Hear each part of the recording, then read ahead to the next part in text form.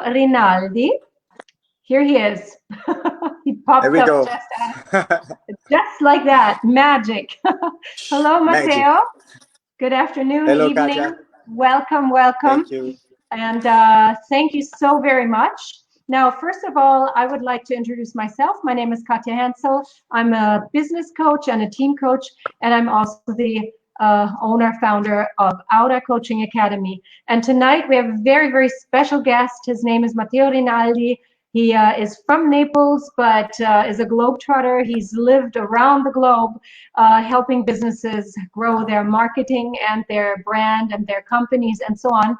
He's going to tell us all about that.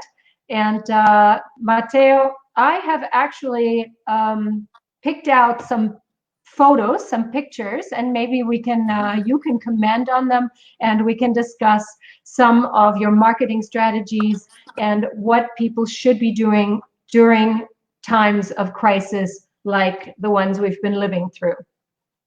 Okay, so welcome great. first of all, and welcome to all our viewers. Please type into the chat where you're connecting from. I know some of you see us on Facebook Live and on a lot of different channels, so maybe you can kind of say hello and tell us where you're connecting from. So, Matteo, please tell us more about you. I would like to pull up the first slide. Hold on. So, Okay. I'm gonna. Okay. Let's see. So, you are an expert of human-centric marketing strategies, basically. So you're currently a professor at Lewis Business School. You actually have lived in Poland, Brazil, Hungary, a little all over the place. Yes, it's true, Katja. Thank you very much for inviting me, first of all, for this webinar. So I've been working on in several countries, done projects. I think if I count all the countries, more than probably 30. I'm also I'm also been teaching in several universities. As you said, I'm currently an adjunct professor at Lewis Business School. I also teach at Krakow School of Business in Poland. I've been teaching at Isper University in São Paulo, and then also at Corvinus in Budapest, following different clients from Danone, Visa, Revlon, Coca-Cola, Juventus, Carlsberg. What you see is that I'm not really an expert in any industry, but what I'm really focusing on is the consumers, and the consumers as human beings. So I am the son of two psychoanalysts. My dad is a psychiatric and my mom is a psychologist. So I have been obsessed in trying to understand people, and I try to grasp what I learned by living with them when I was a child, and try to and get so passionate about Freud and other psychoanalysts that I try to really understand what is that drives people behaviors, right? I always try to understand why people do what they do.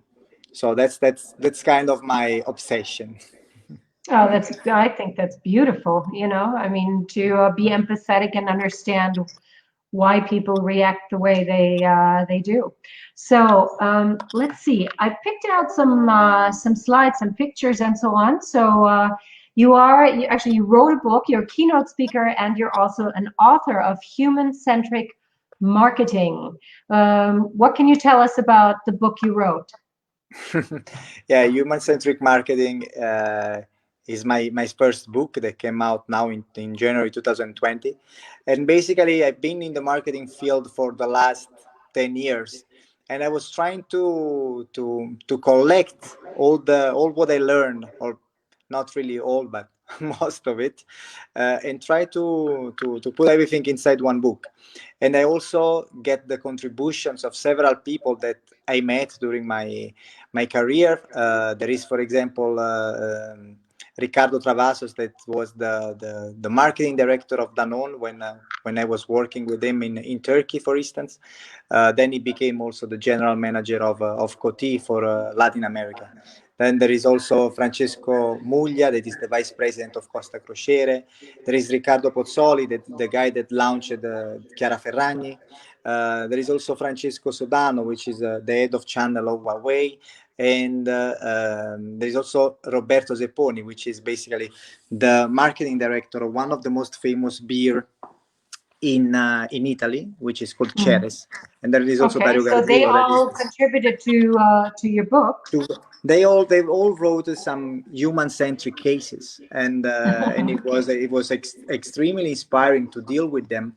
Some of them are also my clients. Some others were just friends that I was like super amazed by their marketing strategies that they did, and that's it. But what and then from this book I start traveling around the world to present this human centricity approach, and I've been in Turkey several times. So this is, for example, is a picture from a speech that I did in Istanbul, and it was.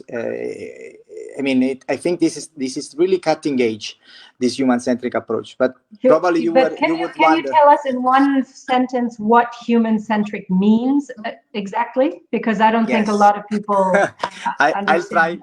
Yeah. Human-centric means to understand your consumers as human beings, because at the end of the day, if you understand what are their fears, their tensions, their needs, then you can really try to create brands that are able to connect with people's Mhm. art. Yeah.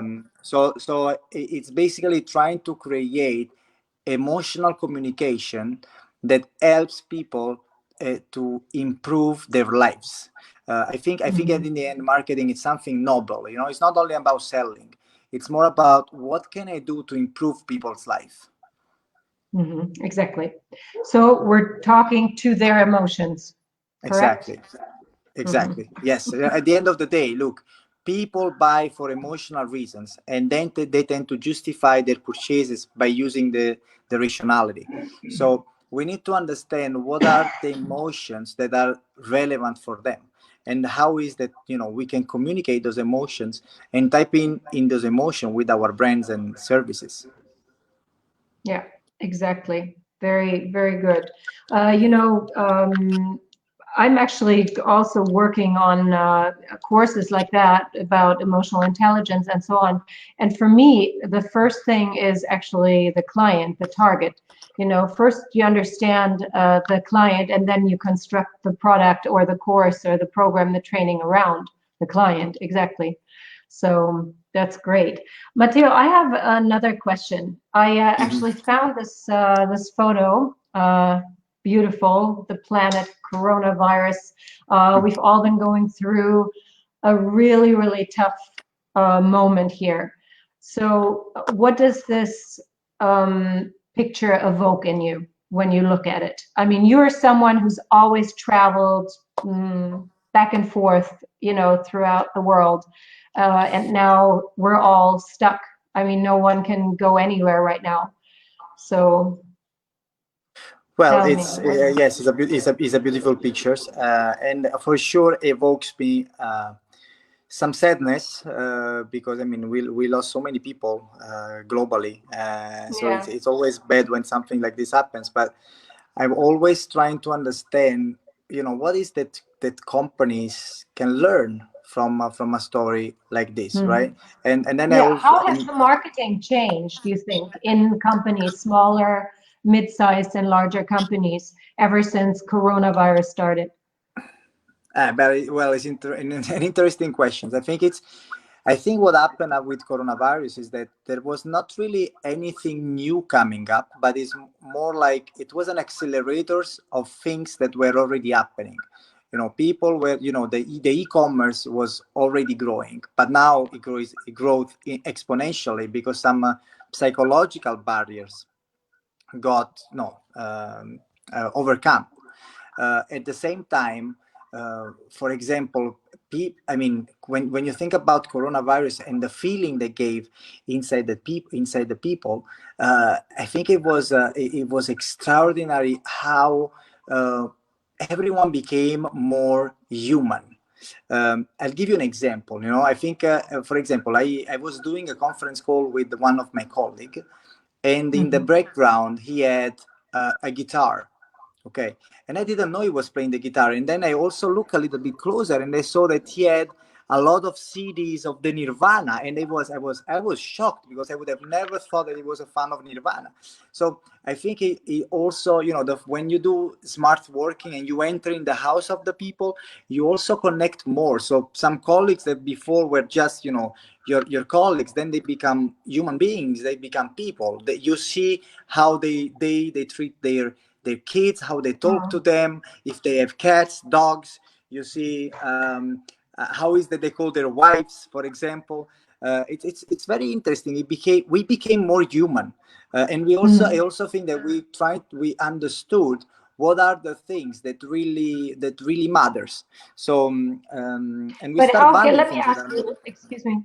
Let me ask you, yes. how can we use this humanity that we have reacquired, because we sort of lost it along the way, or a lot of us did, to enhance our business potential? Like, I mean, my company has been working a lot on video productions and on helping people create their own videos, even with their cell phones and so on, because I believe that video is the future. I'm pretty sure of it. So do you also think that video making is the future, and that people should be making videos of their products, of their services, about themselves and so on? Look, I remember I was in this meeting with Danone, and I remember one of the vice president that said, Oh, we in lost Danone you. are We visuals, lost. and I think it's true. It's not only Yeah, now people in you. that company; it is in general. Yeah, now you're back. Can you hear me? Sorry, we just lost you for a second. Okay. No, so I say that that people are visuals. So we consume every time more video content. Now is the way of doing videos that became more important, which in my opinion is you need to create content that is more emotional, Mm-hmm. that is able to get into people's heart. So I think that's what the key difference is, that we want to create some deepest connection with our audience, and by doing that we need to understand them, to Mm-hmm. understand and in order to understand what is the relevant content that is able to create an emotional connection with them. Okay, so whatever we sell, any product, any service, even maybe our own image, our own brand, whatever, you have to touch the emotions of your audience, of your Katya, I will clients. tell you something. There is no product and there is no service. There are only experiences. So forget about those two words. And Beautiful. the third word you have to forget is the word consumers. There are no Hmm. consumers. There are only human beings. Hmm. Because consumers, they consume something, but people, they live experiences. And what you want to do, even if it's your personal brand, even if if you are branding something that is in reality is a service, or if you're branding a product, what you want to do with your brand is not to sell products or services. You want to sell an emotional experience. Yeah, I agree. So we're touching their emotions. Beautiful. Listen, so I have another photograph. It's actually of a lot of signs: lost, confused, unsure, unclear, perplexed, disoriented, bewildered. What does that evoke in you? Like, mm, tell me, what do you think if you hear those words in times like this?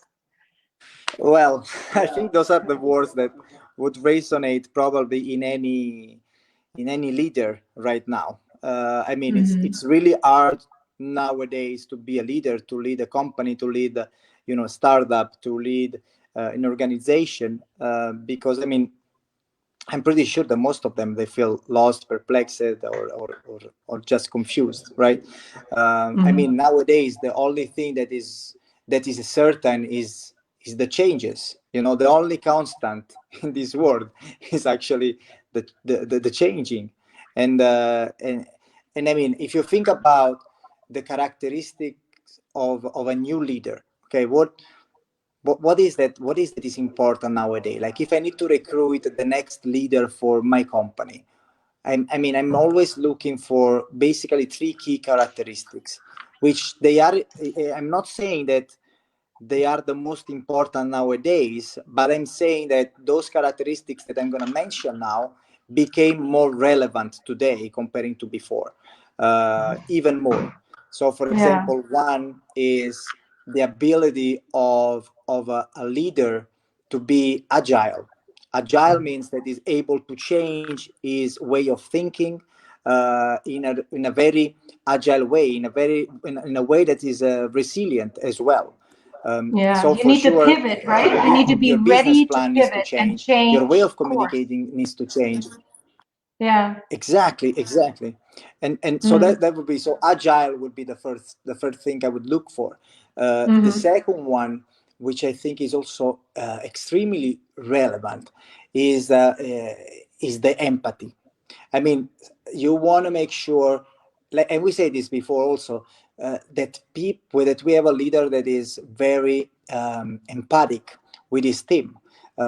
I'll give you an example. I know that one of my colleagues, he still lives with his parents, so, and he's very afraid every time he comes to the office that someone can have the COVID, and then he put at risk not his own health, but also the one of his parents that are over 60. Well, that's So understandable. it's No, I totally mean, a lot of understandable. people say and think that and feel that way. So Mm. so it's important that you are empathic, that you tell to this person, look, you can come to the office whenever you want, but if you don't want to come, I totally understand it. Stay close Mm. to your parents, try to not put them in danger. I think this is very important, and then you need to show the support. You need to give, because everyone, not only the leaders, are lost, confused, unsure. That's a feeling of the entire organization. So you, as a leader, you need to find the right wording and the right behavior and the right example to let feel people better, and not, your goal as a leader should be, you see all those words, this is how your team is feeling right now because of this situation, and you, as a leader, need to help them to not feel this way. So this Exactly. would be. But you know what, Matteo, I just read something that shocked me, Mhm. that 59% of the managers have never received leadership training to be managers. And that's quite a shocking figure for me. I mean, I also train executives and people, who are leaders. I do leadership trainings. And I think to be a leader, you need to pull the people with you, and you need to create a lot of empathy, as you're saying, and emotional intelligence. You need to have a lot of. That means you need to know yourself as well as you know the people that work with you, in order Yes. to go wherever you're going in the company, having the same vision and mission. And it's nice that you mentioned the vision and mission, because this brings me to my third point. First of all, a Mm. leader needs to be able to plan. Okay, the planning is very important, especially nowadays. I know that I see also many managers that they say, okay, no, we are not planning anything because during this period it's impossible to plan. Well, a crisis is also a terrible thing to waste. So what you want to do is to make sure that you plan your organization, and the work of your team, to be as flexible as possible, to be Mm-hmm. as agile as possible, and that requires planning. So in a time of crisis, don't think that you don't need to plan anything anymore. Just, you know you need to be even better at planning because of this situation. Just Okay, plan and you to be actually, sorry, agile. Matteo, and you said something, Luis, you said, so apologies for interrupting, but you said For something sure. very, very interesting as we were talking before, not to stop. This is the worst time for anyone, for any leader, any manager, any business owner to stop right now and just wait.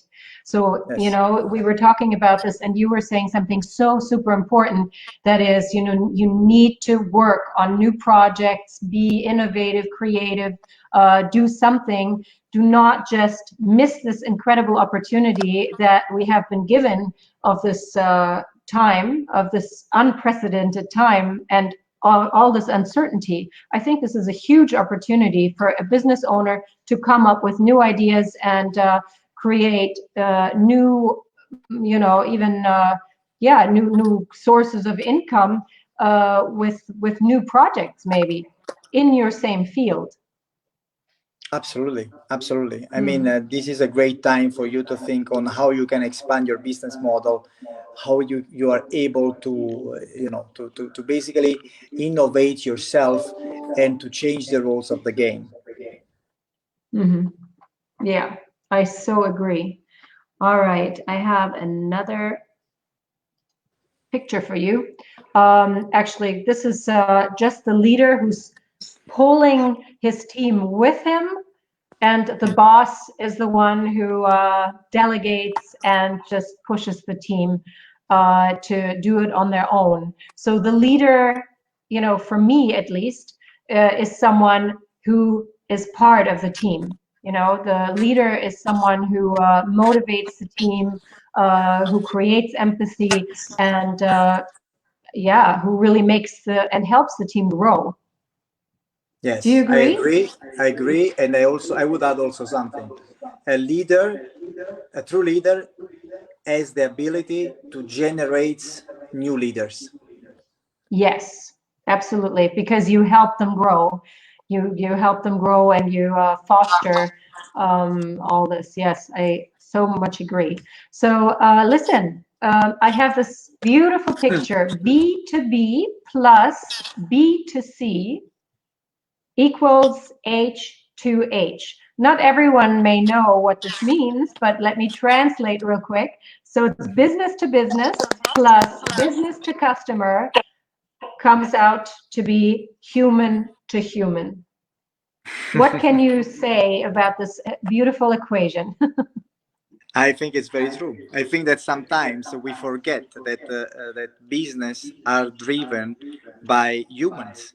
So in Mhm. reality, when we talk about human centric marketing, we don't only talk about humans when we refer to the consumers, but it's also about the employee. And as I said, at this stage and in this moment, it's really important to value a lot the people that work in your Uy, value them. we lost Matteo. Here he is. Okay, here I am again. So I say that I'm He not sure came where you back. arrived, but what I'm saying is that when there is no anymore B2C or B2B, because at the end any business is driven by the human. And when we refer to with the word humans, is not only about the consumers, but it's also about your employee. So understanding them as people before as your colleagues. And that helps you to create more empathy and more emotional connection. And I mean, you know this better than me. There are a lot of people that they change job because of the relationship that they have with their bosses, right? But Oh yeah. very few change their job because of the relationship they have with their leader. So it's the difference between a boss and a leader. It's fundamental because you see that the job turnover, it's very different when you have a leader comparing than when you have a boss. Yeah. And there is no company without a team, really, no? I mean, as Absolutely. large or as small any business may be, you need to foster the relationships with your employees, with your staff, and with your coworkers. That's so super important. Katya, I've Exactly. been uh, I've been teaching one marketing course that is called Marketing for Startups, and and by the way, I own a startup as well, Oh. and I follow a different kind of different students in their projects. And what I learned on my skin that way more important than the idea that you have in terms of startups Mm. is the team that Mm. will work on that. People, Absolutely. uh, you know, when you have business angels, they don't invest on the idea; they invest on the people that will bring to life that idea.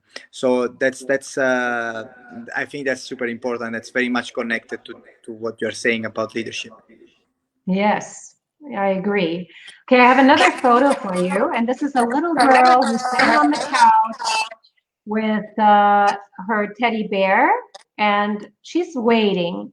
And she's actually saying, "Hey, Daddy, what have you brought back to me from your business trip?" And I know that this picture is very dear to you. Can you explain to us why? It's true. I use this picture in several speeches that I did. Basically, this is a sticker that I found in the airport of Moscow. So Oh, it's a I was sticker. living in Sticker. I was living in Armenia back at the time, and I was always if you want to go anywhere in the world, basically you either go through Paris or through Moscow. So Moscow airport, I know it very well, and what happened was that when I was there, there was always a huge line outside this little chocolate candy store. Now, we all know that Russian is not really famous for candies or chocolate, but there was still a big line outside the store. And I wonder why, why there was this line. And then I understood why. And there was this little sticker, and that says exactly what you read. And then I say, wow, that's a perfect example of the right message at the right time in the right place to the right people, because there are a lot of people that they feel guilty when they're traveling for business trips, and to release this sense of guilt because they are not with their family, they tend to buy things to spoil them once they're back. So when I say that marketing should be about making people feel better about themselves and with the others, I mean exactly this, because this message makes me feel okay, let me buy something so that I don't feel as guilty anymore. And for this, and I always say this also to my students, in this course, in people that they have a startup, you don't need a lot of money to create an emotional message. Just try to understand the mindset of your target. Try understand what are their fears, what are their tension points, and then create the right message at the right time and put it in the right place, like this one. That's great. I love that story. Oh, oops. No, that's the wrong one. Perché mi sento due volte? Okay, look at this. This is another picture, and it's a lady in a store, a young lady behind the counter, holding up an advertisement saying, "Take the Pepsi challenge." And this is obviously in America, because in America it's allowed to compete against other competitors openly. And it actually says nationwide, more people prefer Pepsi over Coca-Cola. So, and there's an elderly lady smiling at her. What does this picture tell us? Well, look, this is a very, very, very important picture in my opinion, because it shows one of the biggest marketing mistake that was ever done, which is the launch of the new Coke. So here we are in the 80s, and basically Pepsi did this challenge that was, it was called, take the Pepsi challenge, let the taste decide. No, now not many people know, but Pepsi has a taste that is slightly sweeter than the Coca-Cola. So if you don't know which one is Coca-Cola and which one is Pepsi, you probably would say that Pepsi, it has a better flavor. And because of this situation, by knowing this, Pepsi decided to do this challenge, to say, you see, you think you like more Coca-Cola, but in reality you like more Pepsi. And because Coca-Cola was basically losing this challenge, then they decided to create a new formula, and they launched the new Coke. Now, this new Coke was extremely bad as a launch, because many people start sending emails and messages to Coca-Cola saying, we want back our Coca-Cola, the original one. We don't want this new Coke. And why was that? Because basically the emotional value of authenticity was in reality more important than the functional value of the taste. So taste was basically less important than the emotional value of authenticity. That is very huge, because Yes. Coca-Cola generally really does a lot to get to our emotions, no? Exactly. I But mean, that they was a invented Santa Claus. exactly. And but they understood back at the time. They said, look, we probably don't know much about our consumers. We don't really know what is really important for them. We didn't know that authenticity was more important than the taste.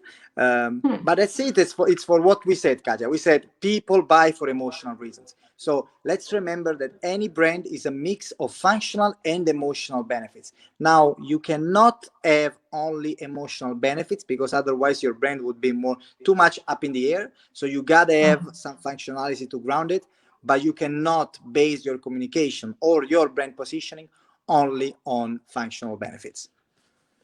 They must have changed marketing team in between.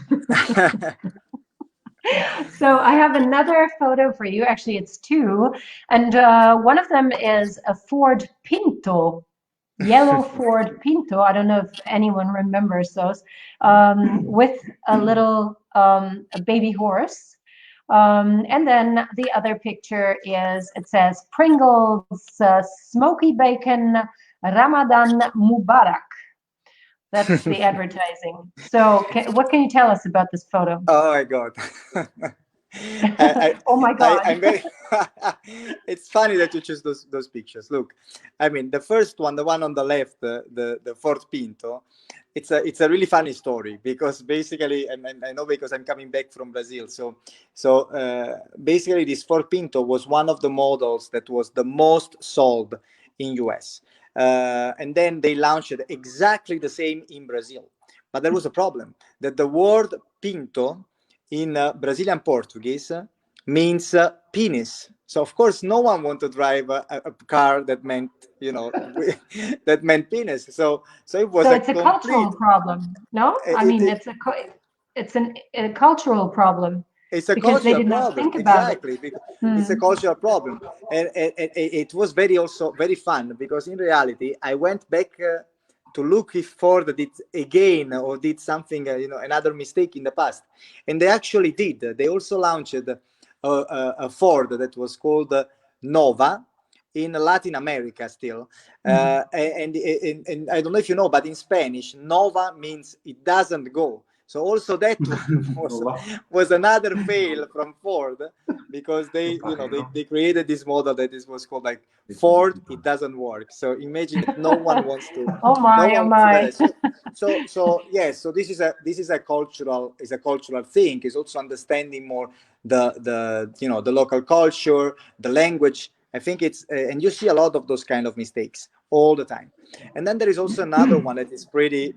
I mean, the one on the right, I think it's just like I was not believing about what I was saying, because the idea was very good, but the execution was terrible. So let me explain you what happened here. Basically, this is an extra display that belongs to Tesco, the supermarkets. It's in London, and they decided to put an extra display of Pringles to celebrate during Ramadan. Okay.